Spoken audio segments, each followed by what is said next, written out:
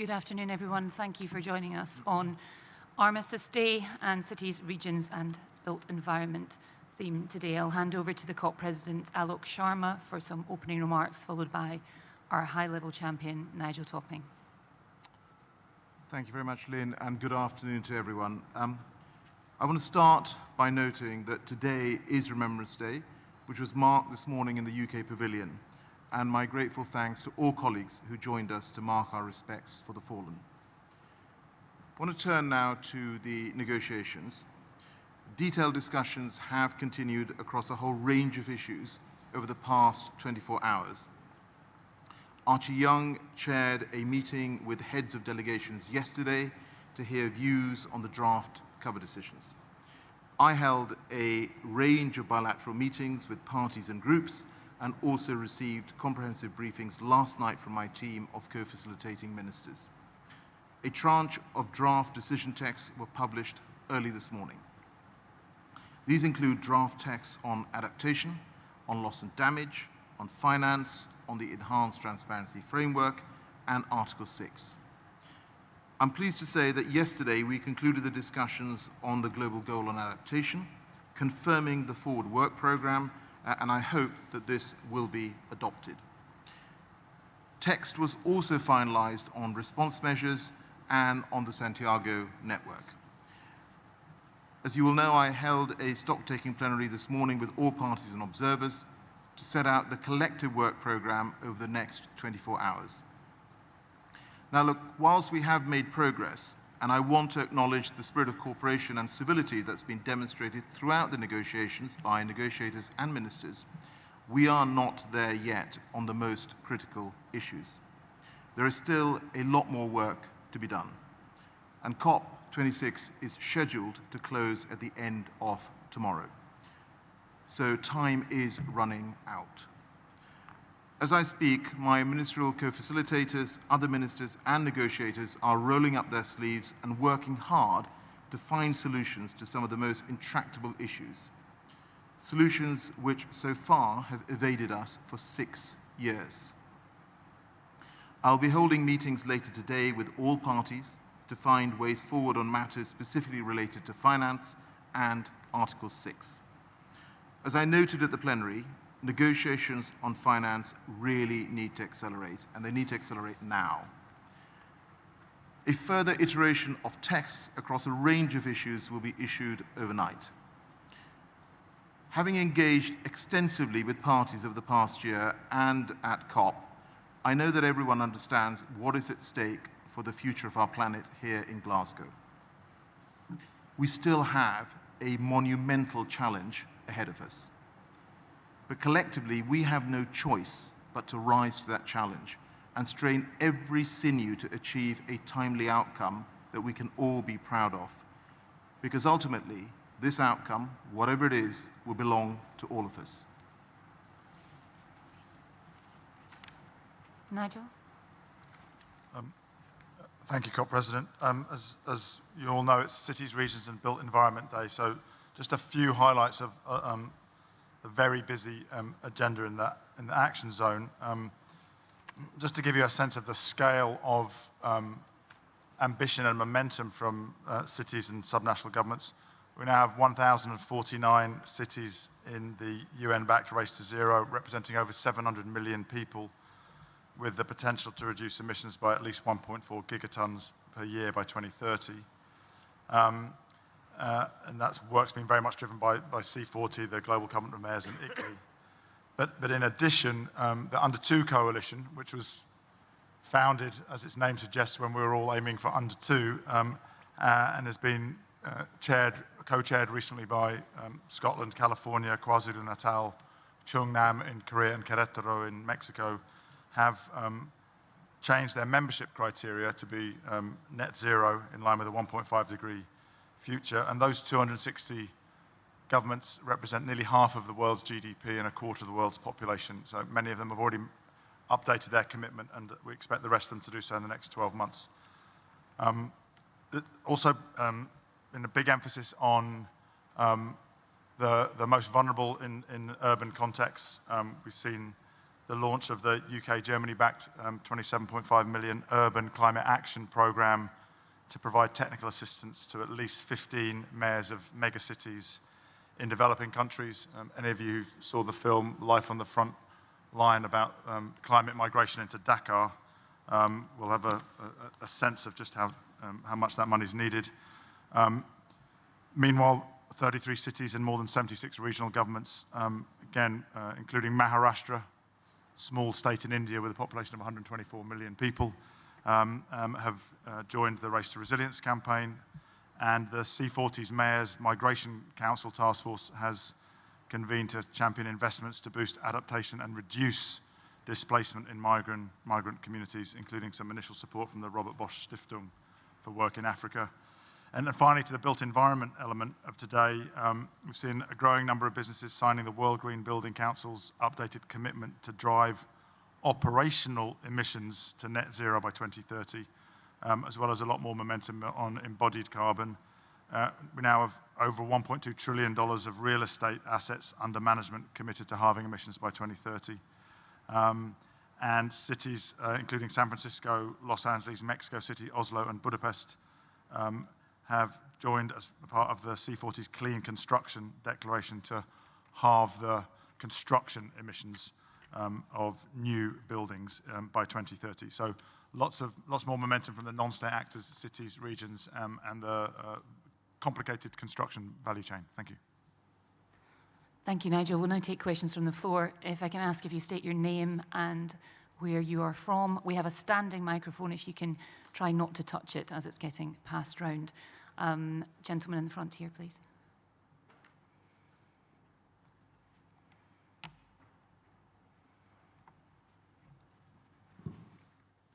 Hi, Ben Spencer from the Sunday Times.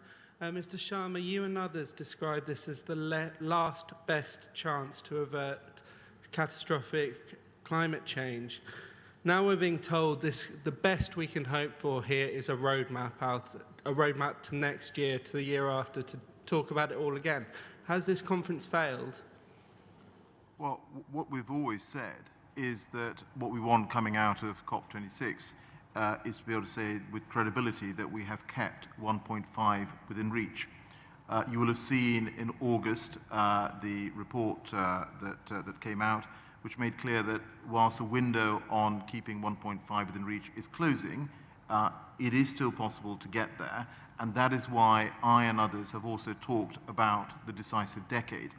What you will have seen in the draft cover decision so far is setting out how we think parties should return and look again at the commitments that they have made.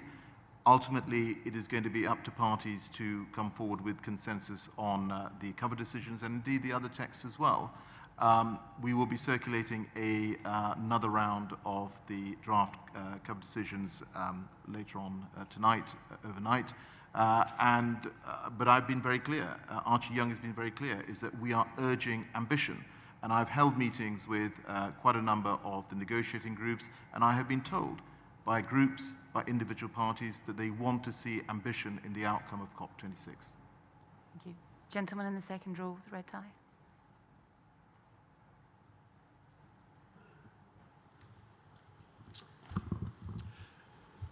Robert Peston, ITV. Mr. Sharma, we just heard from Frans Timmermans. He said that his hope is that the cover decisions would set in train a process such that within a year, the contributions made by individual countries would have been toughened up so that 1.5 would be achieved within a year. We are right now seeing many countries trying to weaken even, some would say, a fairly soft set of commitments that you set out in your initial cover declaration. What hope do you have that 1.5 will be kept alive in that meaningful sense that we will reach it within a year? Well, Robert, I do think that the draft co-decisions we put out were ambitious, and I think if they are adopted as we intend, I think we will be able to say with credibility that we have kept 1.5 within reach. And in the draft that was set out, it makes very clear that countries should come back again ahead of the stock take in 2023. We talk about an annual synthesis report, a meeting of leaders on this issue. Those discussions have been taking place. I'll ask Archie if he wants to come in, because he had yesterday a long discussion with heads of delegation about the cover decisions, and as I said, we will issue further text overnight. Archie, do you want to comment? Thank you. And I'd start by saying that keeping 1.5 alive requires a whole series of actions and elements from this COP. As you know, part of that, actually a major part, is all the NDCs, the nationally determined contributions, and long-term strategies and net zero commitments that were made in advance of COP, thanks to the extensive encouragement by the COP president and the global diplomatic effort that went into encouraging countries to really come forward with their highest possible ambition. Another element that can really help keep 1.5 alive, and forgive me that I always bring it back to the technical detail, is the rules, the systems, the mechanisms that actually can give confidence for countries that partly that they will do what they say they will do, but also that can enable higher ambition. Then a third element, yes, it is the political signal that comes from this COP. A lot of that will come from the cover decisions. As the COP president said, I held consultations with all heads of delegation yesterday afternoon. That was open to observers, so I'm sure that some of you will have followed that and picked up some of what was said. There are very strongly divergent views on a number of elements, including some countries, one country representing a group that represents several countries, suggested actually we should delete the whole section on mitigation. So that, I think, gives you a sense that there is not yet at this conference a consensus that we do need to collectively ramp up our ambition. But also what is clear is that underpinning that is a desire to see greater ambition across all elements of the Paris Agreement, and that is exactly what we are pushing for. Lady in the front row here. It's coming back. Thanks. Hi, Lisa Friedman from the New York Times. Thanks for doing this. Two questions. Could you tell us what sticking points there are at this juncture on loss and damage? And also, I'm wondering, out of the US-China deal, has that had any impact, shaken anything loose in the actual negotiations? If not, why not? If so, anything specific? Thanks. Great, thank you. Let me take those two, and then on loss and damage, if Archie wants to come in. So on loss and damage, what we have done, as I said in my opening remarks, we've obviously agreed text has been set out on the Santiago network and the work program that follows. I hope we'll be able to gavel this shortly. There is further work that is going on the issue of loss and damage, and I'll ask Archie if he wants to comment on that. On the issue of the US-China agreement, I mean, look, I very much welcome the fact that this is an agreement that sets out cooperation between the world's two biggest emitters. I think that is good news, and what I hope is that the spirit of cooperation in that agreement is also going to drive forward the negotiations here at COP26. So if I add to that on loss and damage, but before I do, I just looked across at Nigel and I realized that I missed a crucial part of the elements that can keep 1.5 alive related to this COP, which is the incredible efforts of the high-level champions and other campaigns and initiatives that can accelerate action across all sectors and all parts of society.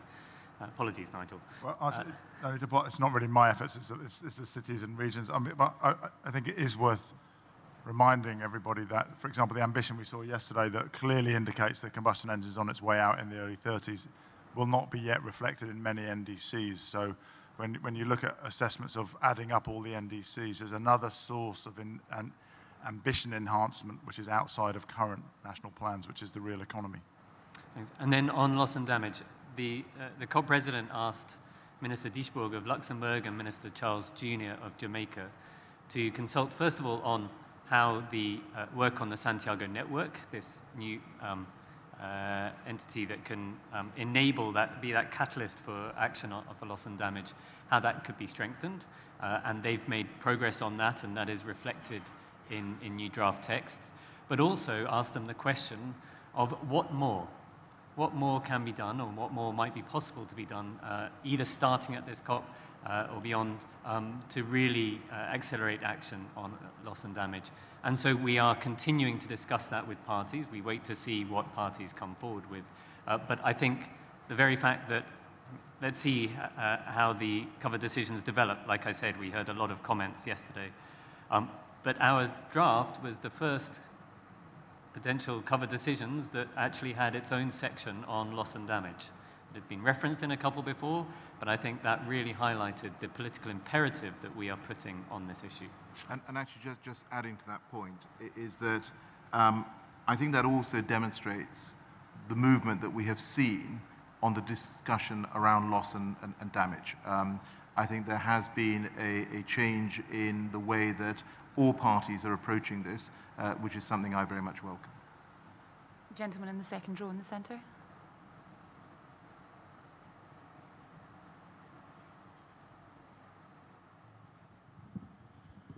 Thank you. Krishnan Girimurthy, Channel 4 News.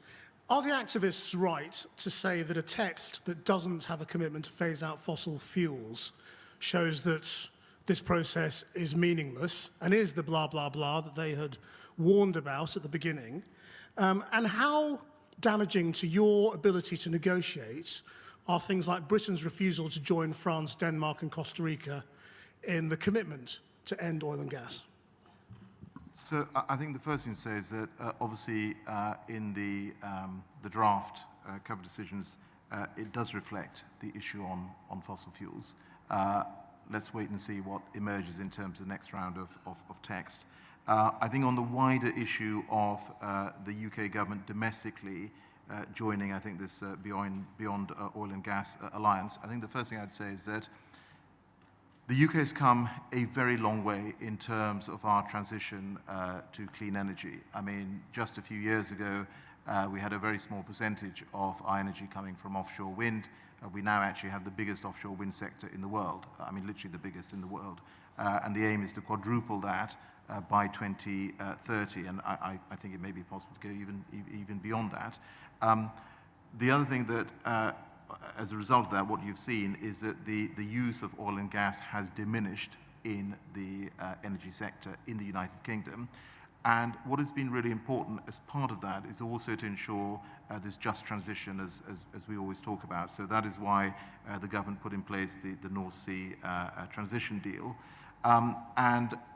You know, I would say that the Committee on Climate Change does recognize the fact that our energy mix will still have some oil and gas in it. But I think it's worth recognizing that we are recognized around the world as a leader in terms of clean energy transition. Gentleman in the second row here.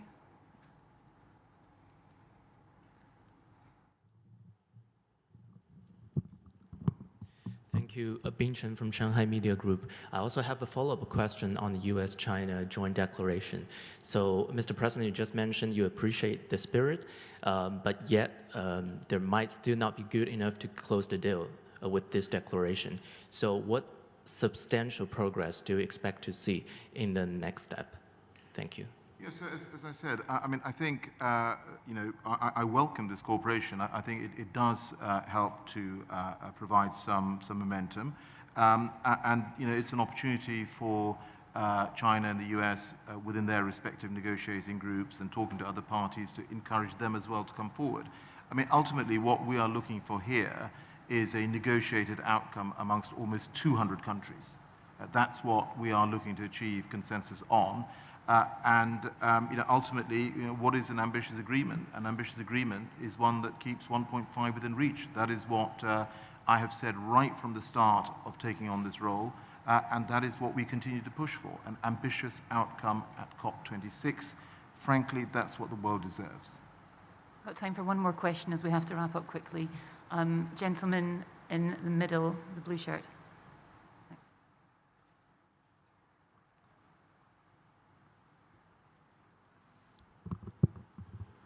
Thank you. Mark Peperkorn, Volkskrant, Netherlands. It's a question for Mr. Sharma.